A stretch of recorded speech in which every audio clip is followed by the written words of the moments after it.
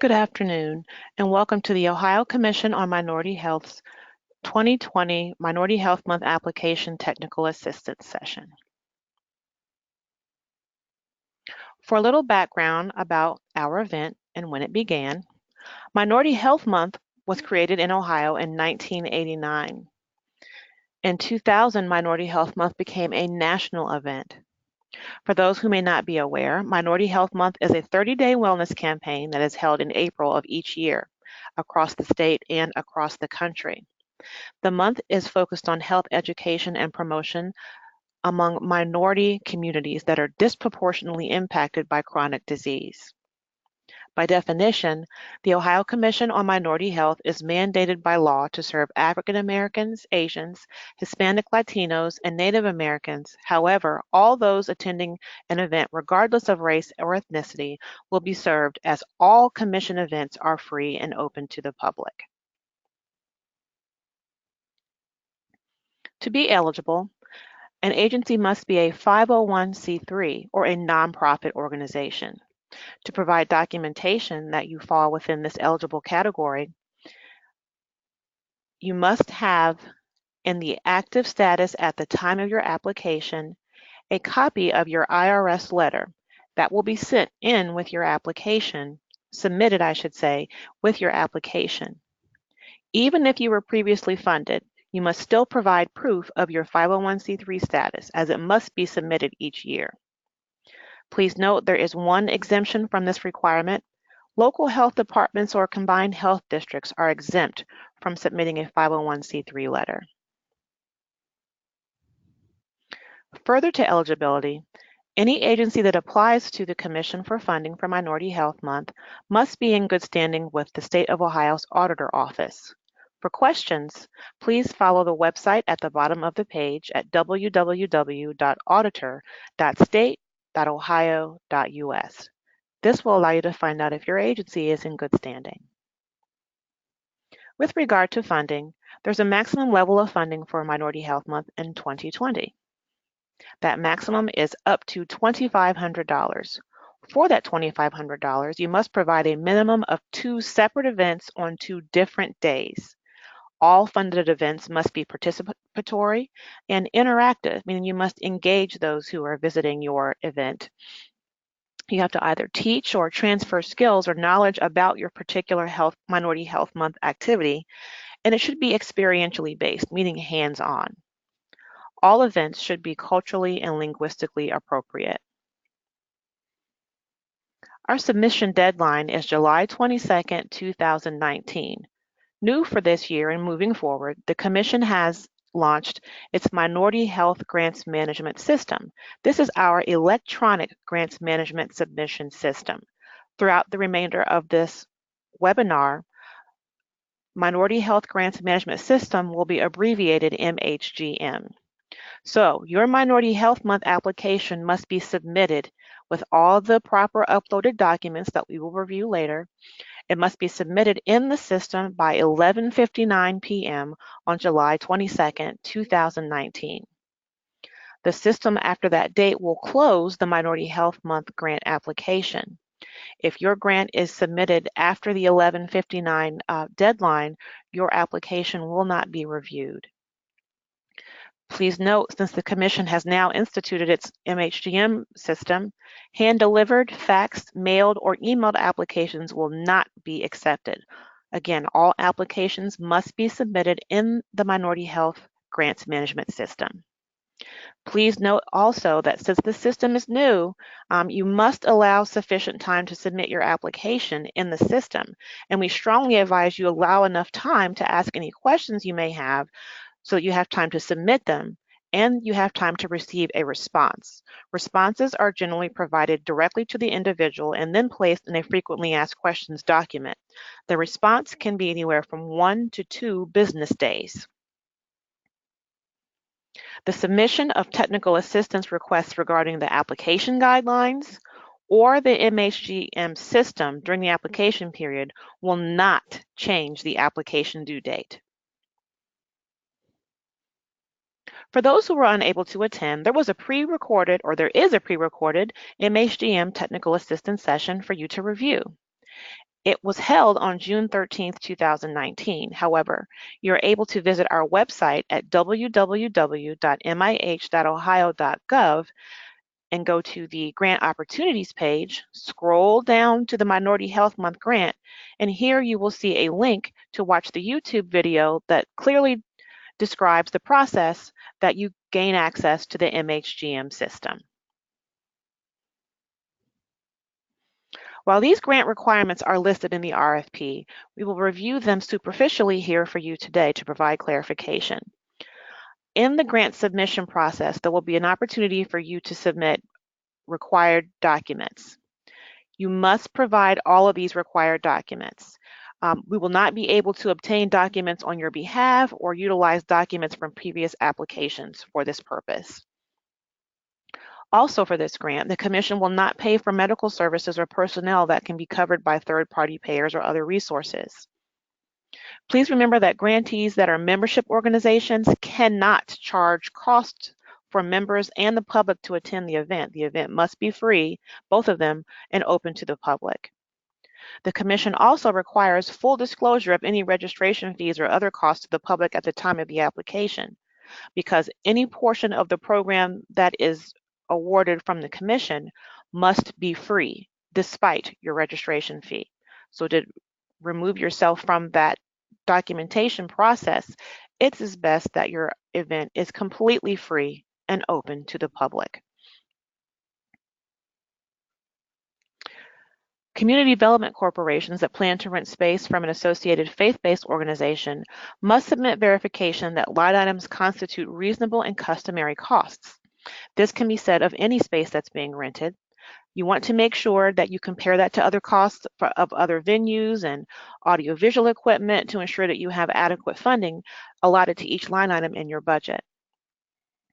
Please note, all television, print, and web-based media that is developed as a part of this grant must be submitted to the Commission in advance. Where possible, please allow at least 4 weeks for review. Approval of that submitted print or web-based or television media must be provided prior to your incurring any costs.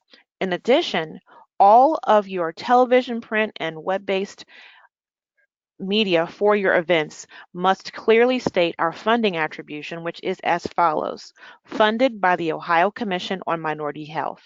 You are also able to display our commission seal.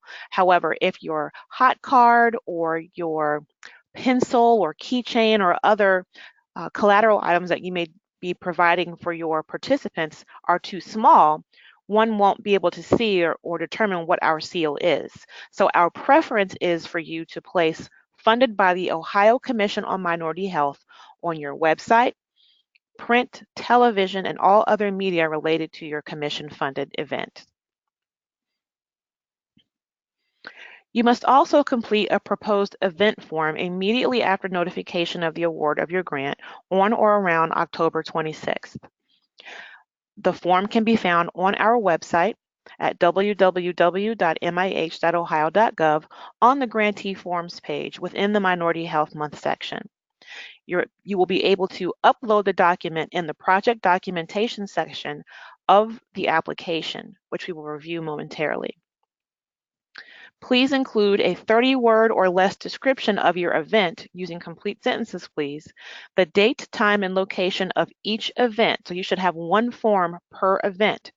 Please also include contact details of your event staff person that will be at the event on the day it is held. If you miss the deadline of submitting your information, we will not be able to guarantee that your Minority Health Month activities will appear in our electronic calendar. If your date changes or you don't submit your items on time, it is up to you as the grantee who will be potentially awarded to notify the community of the time, location, and place of your event. Further, as I mentioned earlier, the grantee must contact the Commission immediately in writing if there are any changes in the dates, times, and locations of your event, and that includes the resubmission of a Minority Health Month proposed event or the activity form, forgive me. You'll want to make sure that you alert us in the event that we have staff who will be going to your event and or a board member. So please ensure that you alert the staff of any changes in writing. If you intend or whether you don't intend to have invasive procedures or screenings at your event, you must complete the invasive procedure form for Minority Health Month. Invasive means anything that would have someone have access to blood or body fluid in your event. So a finger prick or a mouth swab or a blood draw, things of that nature, those are considered invasive. So you want to make sure that if you do have an invasive procedure screening proposed, please do fill out that invasive procedure form. If you do not have an invasive procedure proposed, you'll check no on the form. You will then upload this document into the project documentation section of the application. Once again, the Commission will not be responsible for any changes to the calendar after March 1st of next year. And you will then, of course, continue to be responsible for providing notification to the public of those changes. Some of you who may be new or have forgotten, there's a new requirement with the Commission Minority Health Month activity. And that is that you must implement a satisfaction survey that includes all of the questions that are included in the Commission's participant survey. You can find that survey on our website in grantee forms. You are also able to add these questions, all of them, into your pre-existing event satisfaction survey. That way, if you already have a survey, you can just incorporate our questions without having to implement 2 surveys. In either case, if you do or do not have a survey, you must use the Commission's question to determine the satisfaction of your event from your participants. Either use our pre-prepared form or include all of our questions as written in your pre-existing participant survey. At the conclusion of your grant, you'll be required to summarize your survey results to include the average response to each question, which is on a scale of 1 to 5, 1 being the least enjoyed, 5 being the most, and you must average your overall score for each event as a part of your final report. But please do not submit completed surveys with your final report. You can just submit a sample. We'll discuss that later as well. Other general program guidelines. Of course, again, all events have to be scheduled in April of 2020. You must include, there must be a transfer of knowledge or a skill set as a result of both of your events. You must also target a specific audience through their race or ethnicity and to include potentially age or gender. But again, all of your events are open and free to the public regardless of race and ethnicity. Again, if your event is rescheduled, you are required to inform the Commission immediately. Oftentimes, grantees will ask us, or applicants I should say, are we able to hold an event within an event? Here's an example.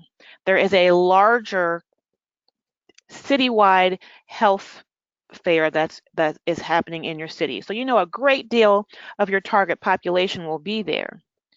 Your event within an event could be you are having a baby shower for expectant mothers, and in this baby shower, you are providing education on safe sleep.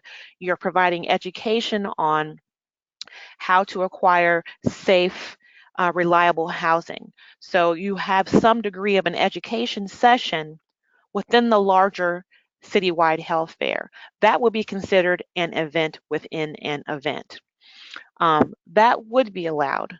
That is a specific example that has taken place in the past, but typically in any instance outside of that, holding an event inside an event does not work. Either the location prohibits that or it's not your target population. And we really want the Commission's event to be focused, as this is a Minority Health Month event, that we would like to have the sole focus on the health disparities that occur in the minority community and your program that is seeking to reduce those health disparities through health promotion and education. So ideally, we want your event to be a standalone health awareness and education prevention event. So it's important to note that. But on a case-by-case basis, we will consider an event within an event such as the example I previously shared. Other general program guidelines. Please set realistic dates and times. You'll want to leave time for volunteers or staff to be able to properly attend and support your event. Choose an activity name and a description because you'll need that to submit your proposed event form.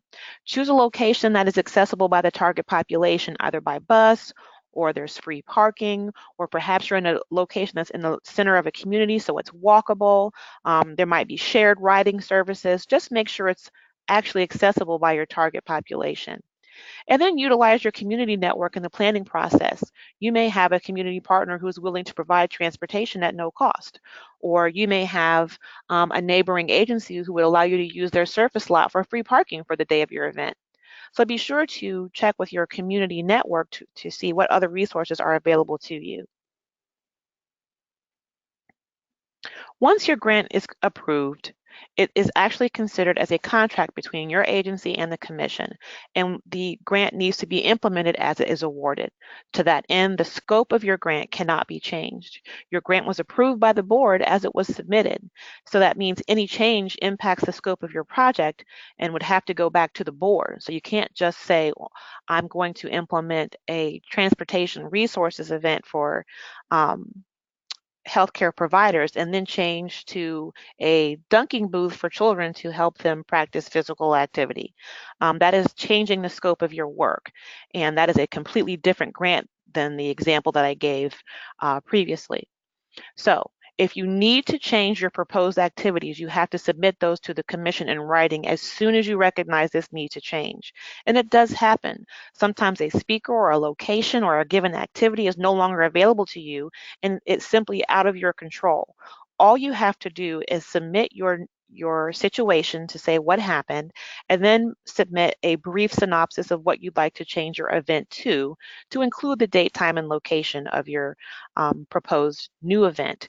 If you fail to do that without getting permission before you implement the changed event, you severely jeopardize your grantee funding, and I don't want that to happen. So just make sure that you submit your changes for a request to the commission first, and if it's approved, please make sure that you leave enough time in advance notice to properly notify the public of any changes so they can make other plans of attending your event.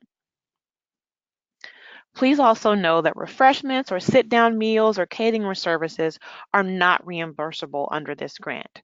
While we are aware that this is a draw to your event, please do work with your other community networking agencies, or you may have secured other funding to have those items at your event. If you have food or meals at your event, please do place a placard on the table that says meals or refreshments provided by, and then list who that other entity is. If your event is to include food as an educational component, you are allowed to have food demonstrations. But again, they must be accompanied by a transference of knowledge. I mean, they have to have learned how to prepare a healthy meal, use a cookbook, food proportions, things of that nature. And they have to participate in the actual food preparation or be able to see it from a demonstrated food preparation. That food preparation must be led by a registered licensed dietitian. The measurable outcomes of your event, for which you'll report in your final report, are as follows. The number of people attending your event and the transfers of knowledge by any survey that you may implement in our survey, the number of people you screened, and then of those that you screened, how many of those people had abnormal readings for each screening? And then for each screening of those individuals who had abnormal findings, please do report their race and ethnicity. There's a form that will specifically guide you through this process in the final report documentation. If screenings are provided, you have to provide the commission with your plan on how those that have abnormal screenings will be provided a referral to a healthcare provider. It might be to a local community health entity, it might be their own physician, it might be a local organization who provides free health care. Whatever that is, you'll need to make a plan for those that might have extremely high blood pressure or extremely high readings on any of your screenings, it might be a physician or a certified nurse practitioner or a nurse that's on hand during the day of your event.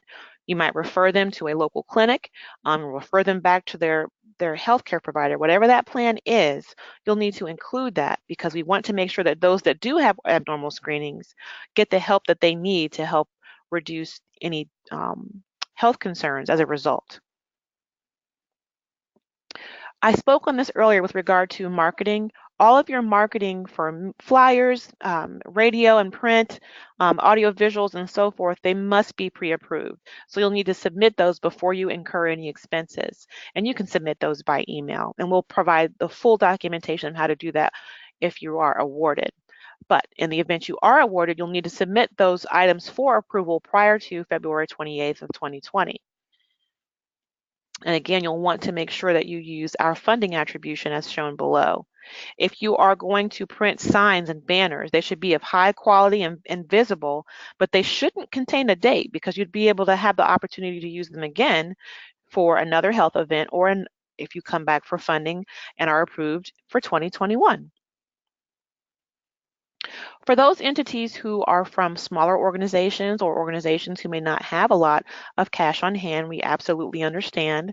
A partial payment can be requested and will be considered if you can document a financial hardship, as our grant is awarded on a reimbursable basis, meaning you would become awarded, put on all of your 2 activities with you providing the cash up front and then being reimbursed once you provide proper receipts and supporting documentation. That is how it generally goes. But on occasion, there may be an entity who needs a little help on the front end of being able to have some of the funds available to put on their event. We will consider those requests. The funding period for this particular grant is October 2019, which is when you'll receive your funding notice if you are awarded, and it goes through April 30th of 2020 because again, Minority Health Month ends on that last day of April. Administrative costs can be charged up to 15% of the actual expenditures. So if you have a budget of $2,500, you're able to have an administrative cost up to $375. Your budget narrative should support your proposed activities, and it must be clear and detailed and not exceed your amount requested. The budget narrative must also be itemized and provide unit costs. There are items that are disallowable or not allowed with our grant fundings. That, of course, is you cannot rent your own space or purchase your own goods or services. Out-of-state travel is not allowed. Travel reimbursement for bilingual community liaisons or community health workers, that travel is not reimbursed. Ink cartridges, I won't read all of this, but these are items that are not allowable in your grant. They are also outlined in the RFP. Further to fiscal guidelines, there are no sales of any type are to be allowed at commission-funded events. That is to ensure that all that attend know the full event and all that it has to offer is free, and that cost will not be a prohibiting factor in their receiving any of the care or support for that day. Also not allowable are insurance or fines or penalties your agency may have incurred, or items purchased before the grant award date.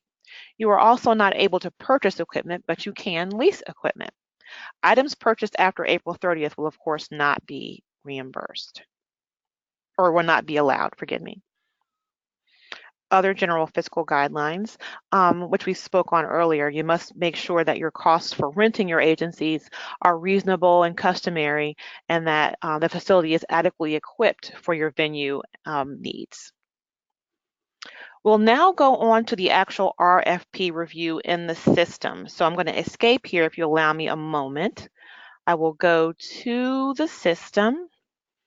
You will, of course, already registered and followed those instructions. So I will now enter my information in here. This is the test site, but your system will look just like this. Put in my password. And if you please allow a moment for it to actually open. It may take a minute or two, so please forgive the silence. Also, if you have any questions, please do submit those in writing to MinHealth, MINHEALTH @ mih.ohio.gov. That's MinHealth at mih.ohio.gov. That is the place where you submit your questions in writing following today's webinar, or at any time that you have questions about this RFP process or the system itself. Do not send it directly to staff. If a staff person is not in the office and your question is missed, I would hate for you to miss the opportunity of having it addressed. Please do send your questions to that general mailbox to ensure that they get in the queue to be responded to and placed in the frequently asked questions section. Okay, so here we have our application. I'm going to find my application so I can make sure I can get to it. Whoops, wrong location. Sorry, my bad. Go back to search grant applications. Oh, gracious. Sorry. I'm getting it all messed up today. Let me go back to home. Show my applications. You won't have these issues because you'll follow instructions. So you'll go to show my applications. You will locate your organization. My organization is Do the Right Thing. So I'm going to go to that organization. Then I'm going to click on my address and find 77 South High Street. So when you put in your login credentials, you'll land on the home page. You'll click on Show My Applications. You'll find your organization name in the list. You'll select your address, and then you will click Load Applications. So I will go down to my application, and I'm going to click Edit because my application is already open. The items that you see in the left-hand column that I'm circling with my cursor are all the sections of the application that were formerly on paper but are now electronic. So your face sheet is essentially just your organization information. I put my organization title, the address. This is the menu that you choose what grant you're applying for. I'm applying to the entity of the Commission on Minority Health. Please make sure that you choose state fiscal year 2020. I know that we are in 2019, but you are working toward fiscal year 2020. So make sure you select that fiscal year. You'll go down the list and click Minority Health Month as your grant type.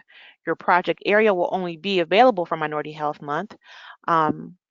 Your application number will be automatically generated. You will not fill anything in that section. And you'll also put in your requested amount. I've requested $2,500. My program title is Get Fit, so I put that right there. You'll also notice that you have a word count. So as you're putting in your title, notice that with mine, I still have 67 characters remaining. So you want to have a short title. But in any case, each box that has an opportunity for you to type into it has a character limit. Not a word count, but characters to include spaces and punctuation. So I've entered my program title. I've also entered my first name of my executive director, my project director and their telephone number, my fiscal officer and their contact information. The project lead will be pre-populated and will be already in your application. You fill all that information in and you click Next. Please notice up here in the upper right-hand corner a timer. This is to help you see that your how much time you have remaining, because this application process, while timed, can be started over and over as with your being active on a given page. So just make sure that you stay active and finish your application, or save and move on to the next section by completing one page and clicking Next. Then you can leave the application and all your information is saved. All of this is outlined in the Grants Administration Manual, also available on our website.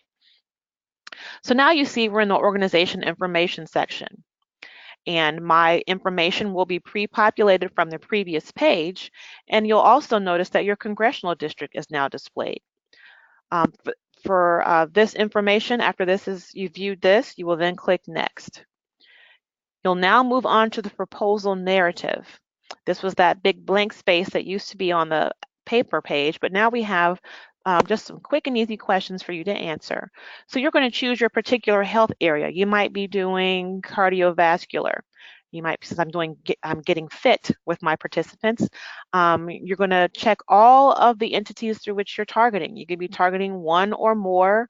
You don't have to target everyone. Everyone's welcome, but you may specifically be targeting, the African American community or the Asian American community.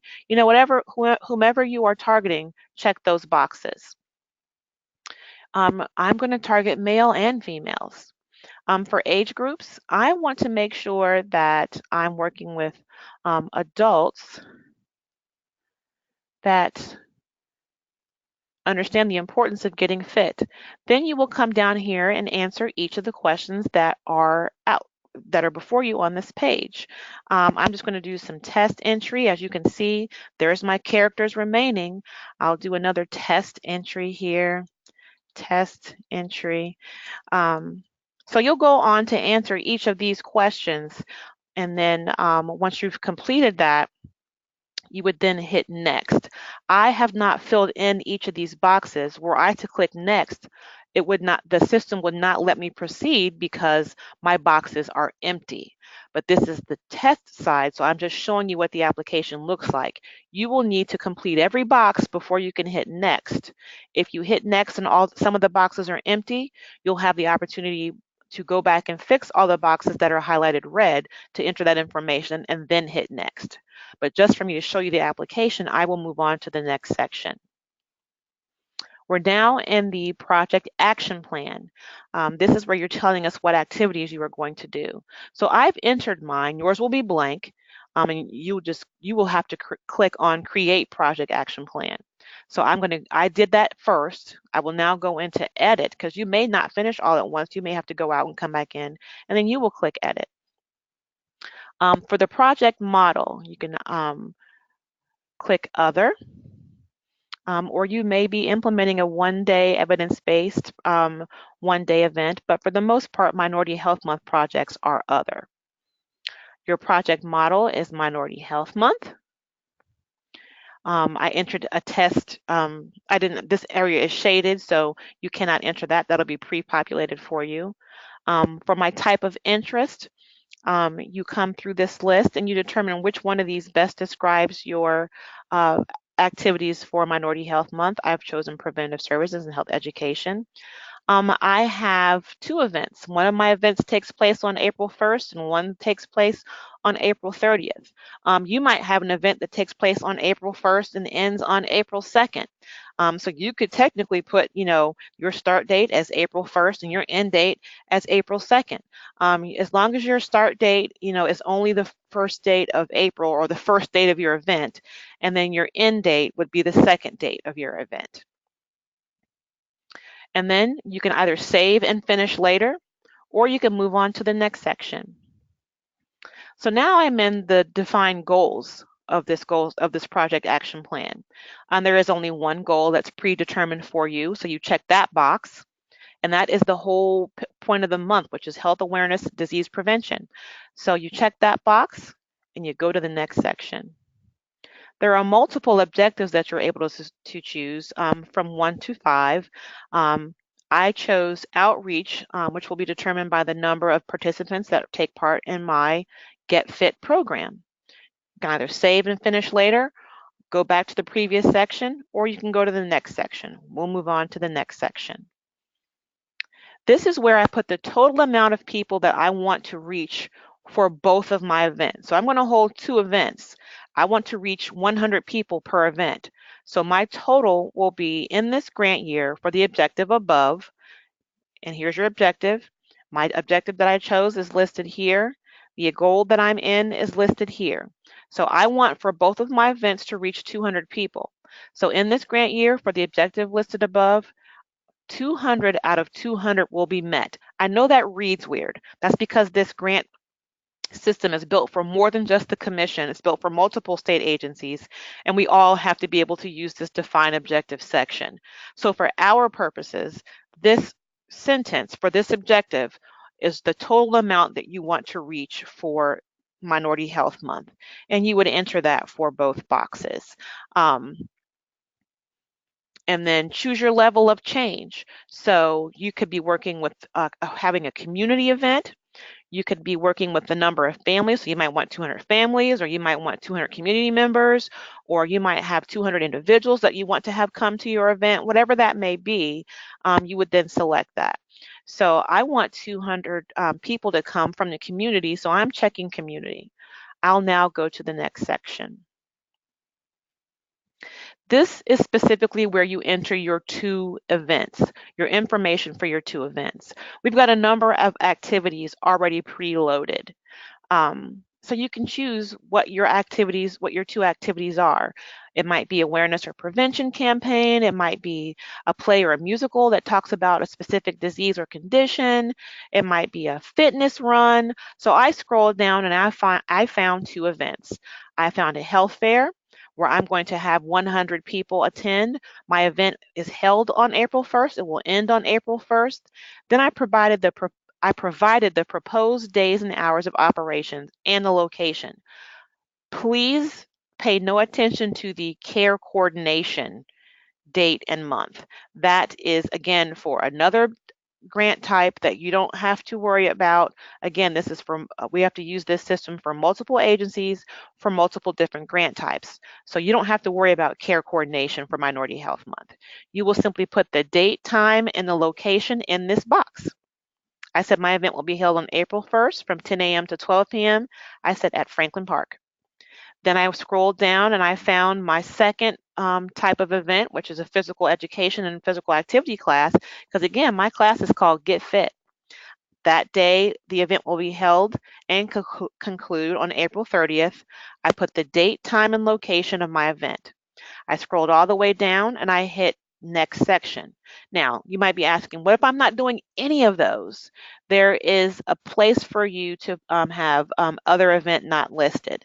So you'd be able to fill that information in here and talk about it later on in the grant report. So we know that we can't possibly fathom all the great ideas that you have, but that's the general number and types of activities that are submitted. So we at least started you there. You'll then move on to next section. If you have more than 2 activities, you put all the total number of activities. Some people have just 2 events, which is the required minimum. Some have 4, some have 5. However many you have, you must select those activities on that activity page. I'm sorry, on the goals and activities page. All the information that you just entered will then be displayed for you on this review page. And you'll just go back through and review it to make sure that your number served is what you said and your dates are when you said, and then you would click done. You'll then move on at this point to your line item budget. You'll see at the top, the total of your other amount should be at least 20% of the commission amount.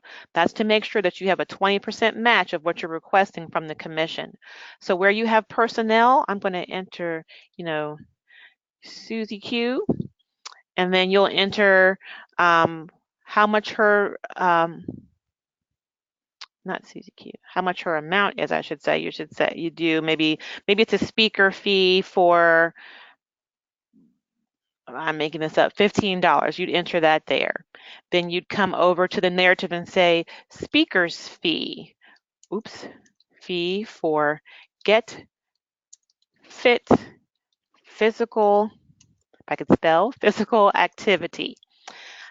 And then you put in your other, if there's a match there, maybe you're kicking in another $15 from your agency, you'll put that here.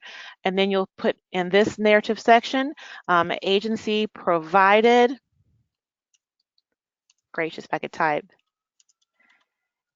a 100% match for this line item. And that's your narrative. And you'll see the total for this column is $30. You'll then do that for every line item that you have for your proposed budget.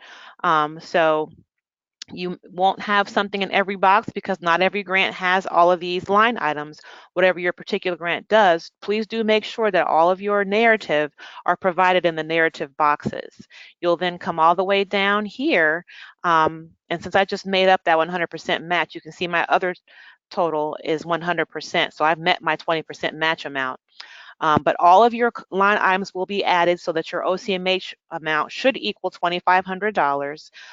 Whatever you're requesting, your other should equal a minimum of 20% of that, and then everything will be grand totaled over here in green where it says grand total. Then you'll move on to the next section. I don't want to do that by hitting next because I'm just demonstrating. So I will now go back up to project documentation. This is where you will upload documents that you used to fill in by PDF. So these are required documents. Where it says document download, you must download the Civil Rights Act, you must download the Rehabilitation Act, and you must download the W-9 form. Those are required for you to complete for the application. Also required, if you scroll over in your application process to the other document types, any document type that has a red asterisk by it is required. So we talked about earlier, you have to have your IRS determination letter, a copy of that, unless you are a county or a regional or a city health department. You have to have that Civil Rights Act form, and again, you can download that here. You'll have to have a grant signature form. So that we can know that your executive director of your agency knows you're submitting this application. Again, anything with a red asterisk, you must provide for the application. If it is not listed here in this document download section, you will find it on our website in the grantee forms section of our website, and that will be described in the RFP. So you'll be able to have directions on how to find these additional documents. So for instance, if you want to submit your 501c3 IRS determination letter, you come down and you find it in the list, 501c3. You do a description. I'm just going to say test 501c3. And then you don't have to worry about REAP evaluators, so you don't need that. You can just put N/A because you don't have to have an evaluator for Minority Health Month. And then you'll choose your file from your computer, and then you'll upload. Because all of the documents that you will need, they must be downloaded and then saved on your desktop, printed, signed, and then you will scan them and upload them back to your computer. And then you'll follow the process to upload that attachment here. You'll do that for all of the required documents. And again, if they're not listed on this page, they are on our website, which again, that process is described in the RFP.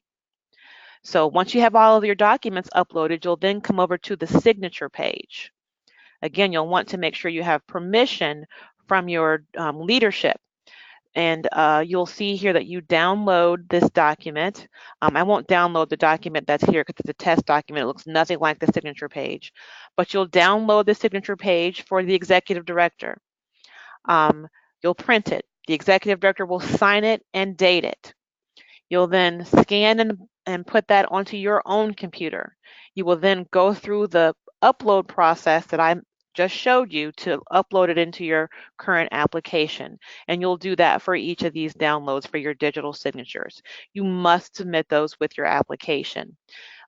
Each individual that signs one of those forms should read the statement at the top of this page, because by checking this box, it's the equivalent of a digital signature, even though we're having you download and upload your signature. So you still have to check the box to agree that you agree to the submission of this RFP. After that, you will hit submit. I won't hit submit because I have an incomplete application and it's an error, but you will hit submit, and then the next process will be grant approval. So if you'll allow me to go back to the PowerPoint. Alrighty, if it'll let me. Hello, PowerPoint.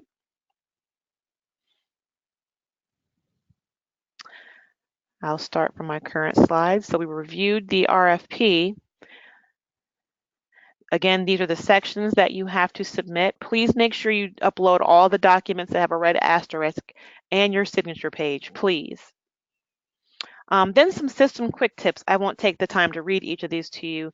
These are just provided to you to help you better navigate the system, kind of like just a little quick list to help get you started. Again, some more quick tips, especially about the character count and the timing of each page. Please make sure you remain active so that you don't lose any data. Or if you know that you're going to be inactive, please do save and continue later, as I showed you in the project action plan. So this is what you can expect next. As you're planning your grant, of course, you'll submit your grant by the deadline in the system of July 22nd, 2019. The applications will then go through a review process, and if approved, your application does not go to the governor. I'm sure, forgive me for that typo. Your application would go to grants committee and to our board.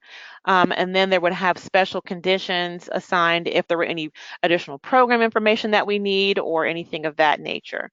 And your budget revision, if you should need one, is due by March 1st. But all of this will be outlined in the grant award process to you. Please remember that you must submit your application in the MHGM system on July 22nd by 11:59 p.m. That deadline is not negotiable. So if you have waited until the weekend before that grant is due and you have to have a question answered over that weekend will not extend your grant deadline. Your question will be answered on the next business day. And if that even is the day that the grant is due, that grant is not due until 11:59 p.m. So your weekend question will be answered on that next business day of July 22nd. So you want to make sure that you keep your keep your email checked. But just to leave way more time than you need to get questions answered. I don't want you to be in a bind on the weekend before a grant is due. And again, it must be submitted in the MHGM system or it will not be scored. For questions, as I mentioned earlier, please send those in writing to minhealth@mih.ohio.gov, as staff are not able to engage in discussions about an open round of grant. So we're not being dismissive. If you see us out at an event or you call us in the office, we are unable to discuss with you this funding because it's in competitive status right now. So your questions have to be open to everyone so they can benefit. So as your questions are submitted, we'll make sure they go into a frequently asked questions document. But again, all those questions will be answered within 1 to 2 business days. So this concludes our presentation on the RFP process for Minority Health Month. In the new MHGM system. We most certainly hope that you find it a lot easier to submit, and your final report will also be in the MHGM system, so no more paper. All the questions that you have to answer will be already pre-populated for you, and all you have to do is fill in the box to answer those questions and then upload any documentation that goes with your final reports, such as redacted sign-in sheets. Because for sign-in sheets where you are documenting the number of people who have attended your event, we cannot have any of their identifying information. So no addresses, no email addresses or telephone numbers or home addresses. You can either have their first or their last name visible. And then perhaps their zip code, but no identifying information. But items such as that will be uploaded into your final report, and you will no longer submit those by paper. So with that, that concludes our session. So we hope that you found this very beneficial. This will be posted on our YouTube channel as well within the next 24 hours, but you can view it at any time. So we look forward to receiving your application, and thank you very much for listening.